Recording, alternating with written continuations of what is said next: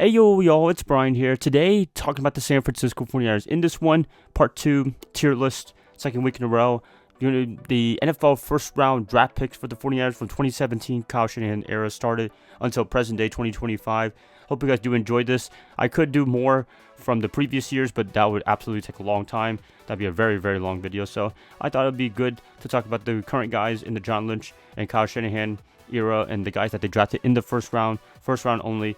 And yeah, the first round, as you all know, has been very hit and miss. We've had some really great players, but we've also had some players that disappointed for the 49ers and for us Niner faithful. So yeah, I'm ready to get this started. I hope you guys are as well. Hopefully I can refresh some of you guys' memories on the guys that we drafted in the first round. Maybe some of you guys forgot that we drafted these guys in the first round. But yeah, from 2017 all the way until present day 2025, that's a pretty long time for the 49ers and the John Lynch era and all the guys that he drafted. So let's get this started. I'm excited for this one. I hope you guys are as well. First up, Solomon Thomas, pick number 3 overall from Stanford University in California, right in the backyard of the 49ers. I don't know how to feel about him. How do you guys feel about him?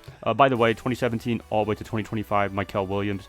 So Thomas, I'm going to have to put him in the D tier, unfortunately. Maybe some of you guys would have him a little bit higher, but I thought he was just very disappointing. He didn't really show up in the games. I meant he wasn't really a big factor in a lot of the games. He had maybe in a game or two, but I thought he was very disappointing for the 49ers. They drafted him really high, thinking that he's going to anchor the defensive line, be the first pick under the John Lynch, Kyle Shanahan era, and it just did not work out.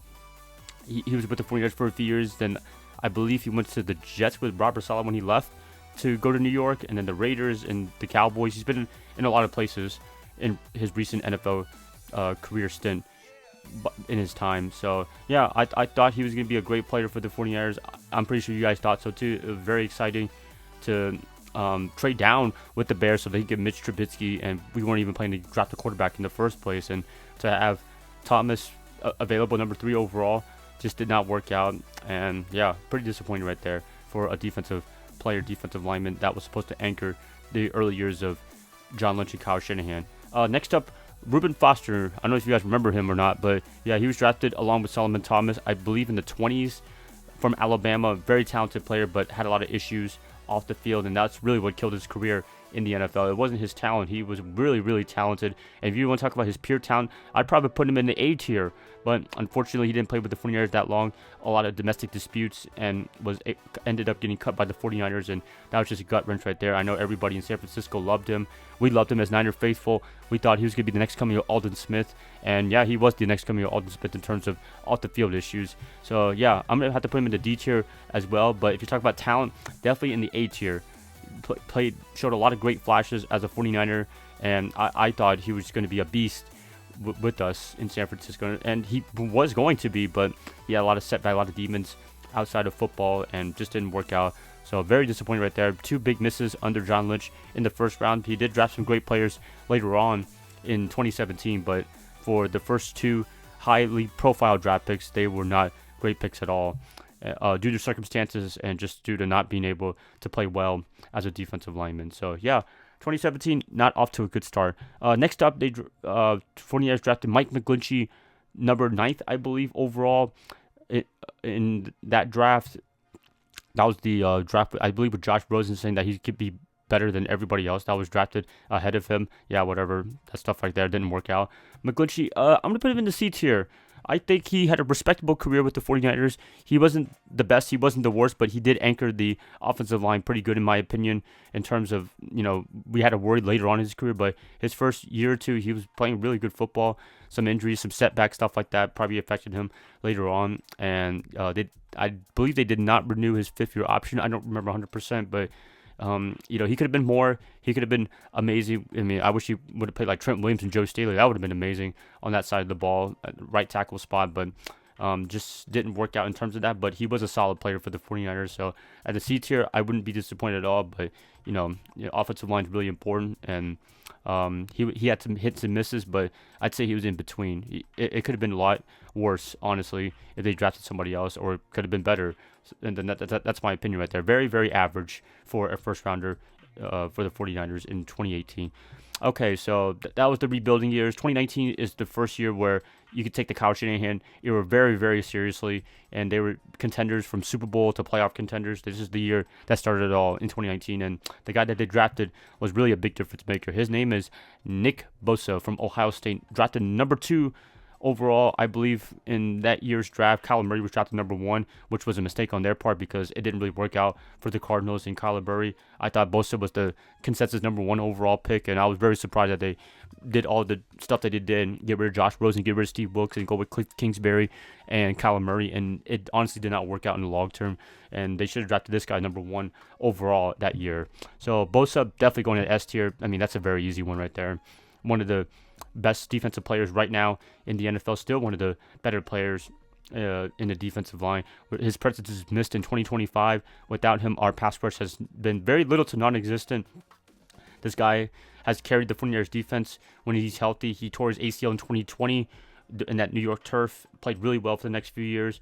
Had a little bit of a down year recently, but for the most part, still a very dominant player for the 49ers. And 2025, he got hurt very early on the year. We could use him definitely this year, and honestly, we'd be the favorites to win the Super Bowl had he been available for the 49ers all year long. But unfortunately, that was not the case. But that shows you how important he is to the team, is his play, his ability, his leadership, just everything that you want in a great defensive player, especially on that side of the ball. And yeah, big home run for the 49ers. That was a pretty easy one, and I think that might be the end of the S tier right there, but I'll see later on what goes on. But so, yeah, Bosa, a big hit for John Lynch and Kyle Shanahan in the first round picks of their era. Next up, Javon Kinlaw, a very interesting case. 2020, he's drafted, I believe, 14th overall by the team. He was intended to replace DeForest Buckner, who they didn't want to pay big money. I know they wanted him there, but they did not want to pay him big money, so he went to the Indianapolis Colts, and they had a first-round pick. They were able to grab Javon Kinlaw with that mid-round pick. He was a project, but he had a lot of upside, a lot of talent coming out of South Carolina, and for him, I'm going to be putting him in the... is it A tier, B tier? I'll put him in the D tier, unfortunately. Maybe I'm being a little bit harsh, but he did have that nice play. I think against the Rams, he had a pick 6. I still do remember that. But yeah, very inconsistent career with the 49ers. A lot of injuries, barely available for the 49ers. And that's really what killed his career with the 49ers, was just not being available for the team. And yeah, he had a lot of potential, a lot of flashes, but just... the injuries really piled up on him, and he was kind of injured coming out of college anyways, so he definitely was a project, and unfortunately they did not hit with that. So yeah, kind of disappointing, but had he been healthy, I'd probably bump him up more and have a longer career, but it just wasn't the case for him in the 2020 draft. Next up, we're going to be talking about Brandon Aiyuk. I believe he was drafted with Kinlaw with the 25th overall pick in the first round that year. Going to be putting him in the B tier. You could put him in A tier just based on his talent. He's really, really great wide receiver. But I don't know. There's just something off about Brandon, even before all the incidents, all the issues that he's had with the whole contract thing since last offseason, 2024. I always felt that he was just sick and fiddle to Deebo Samuel. In my opinion, I thought Samuel was the number 1 receiver by far for the 49ers, which is everything he can do. At first, Brandon struggled to be in the offense. He didn't really want to block that much, and Kyle didn't give him a lot of targets. And then once he warmed up to the idea of blocking, he got a lot more targets, and I believe 2023, the Super Bowl year, was his year. Amazing that year. He had that amazing catch against the Detroit Lions in the NFC Championship game a few years ago. Yeah, so very talented player, very, very dependable guy, typical wide receiver in terms of running routes and being the typical guy that can do the route tree. That's really good right there. But unfortunately, 2024, as I alluded to, a lot of issues with his contract. And when he was able to get his money, get paid, he unfortunately tore his ACL. And 2025, he sat out all year and being a little bit weird on social media. I'm pretty sure you guys know about that. So, yeah, I mean, I think he's played his last down as a 49er. I don't think he's coming back, even based on the way the 49ers are playing right now. So, they we'd love to have him, but so far, I think it's the end of the road for the 49ers. And it was a pretty good little run with Brandon as a first rounder. So I thought he played really well. He could have been higher up if he was more consistent and he didn't held out that long and got injured. He would have been in the A tier, but I think B tier is pretty fair. I think he had a decent career with the 49ers, but it definitely could have been better. Next up, 2021, Trey Lance. This is the one where they traded a lot of picks to the Miami Dolphins to get him. They traded, I think, 3 first-round picks to get him. And yeah, this is definitely not my favorite thing to do. I love Trey Lance. I think he's a great dude, a good personality, a great leader, but unfortunately, just was not ready. D tier. He's with Jim Harbaugh right now in Los Angeles, so hopefully he's learning under him. But yeah, he was very unlucky. Got a lot of injuries, and the year he was supposed to take over for Jimmy Garoppolo and Brock Purdy, he got hurt against Seattle. I remember that game. Then Jimmy Garoppolo took over and played really well, so he definitely wasn't going to get the job back from Garoppolo. And then Garoppolo got hurt, and Purdy took over, and now he's started to this day. So yeah, Lance, it was supposed to be his job as the starting quarterback for the 49ers. They invested a lot of draft picks on him, and he had a lot of upside. He was a big project, but I believe the 49ers, it could have worked out. But unfortunately, a lot of injuries and a lot of setback, and Brock Purdy happened. It just wasn't his job anymore. And yeah, they traded him for, I believe, a 4th or 5th round pick to the Dallas Cowboys, and now he's with the Chargers. So I was really rooting for this guy. I thought he was going to be just an amazing quarterback for the 49ers, but I think just the lack of experience really hurt a big time with this team. So best wishes to him. Hopefully he can still have a resurgence. It's never too late to have a great career in the NFL, and I'm hoping, Trey, you're doing really well wherever you're at, because I still believe in him, but just for the 49ers, it did not work out. Next up, Ricky Pearsall, 2024. Actually, it's a little too early to tell. I would put him in the B or A tier right now. He played really well in the times he's played, especially 2025, but he's been hurt a lot. Maybe he could be an A and S tier eventually, but for right now, I'm going to be putting him in the too early category because he's been on and off. For crying out loud, 2024, he got shot and was almost not with us anymore in the offseason at that time, but he was able to survive and being able to recover, which is great right there. But he's had a lot of knee issues for this team. And 2025 was supposed to be a breakout year, and it almost was, but he was out of a lot of games, and he's been out recently. So if he was more active and more available due to his knee injury, then I'd probably put him up higher on the list. But for right now, it's a little too early to tell. I don't want to put him in D tier. He's made enough contribution where he's not going to be like in the bust category, but he hasn't done enough yet to be warranting an A or an S tier, in my opinion. So Ricky, a little bit too early. Maybe I can come back in a few years and say that he's an S tier, but for right now, too early to tell. Michael Williams, a little too early to tell right there. He had showed some flashes as a defensive player, but he tore his ACL earlier in the year. I know, 49ers and injuries, right? Didn't work out in terms of that, but I hope he has a great career with the 49ers. I believe in him.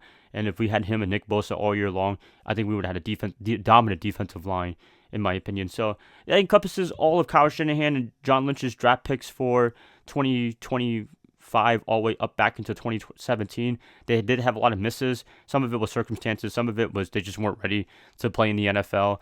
We only had one really big stud. His name was Nick Bosa. And Brandon, if he didn't have any issues and drama, stuff like that, then he probably would have been higher up on the list. So, it's been an up and down year in terms of first round picks, but hopefully they can hit more home runs in a few years with first round picks because, they're always the marquee pick. You always want to pick the best player available for your team.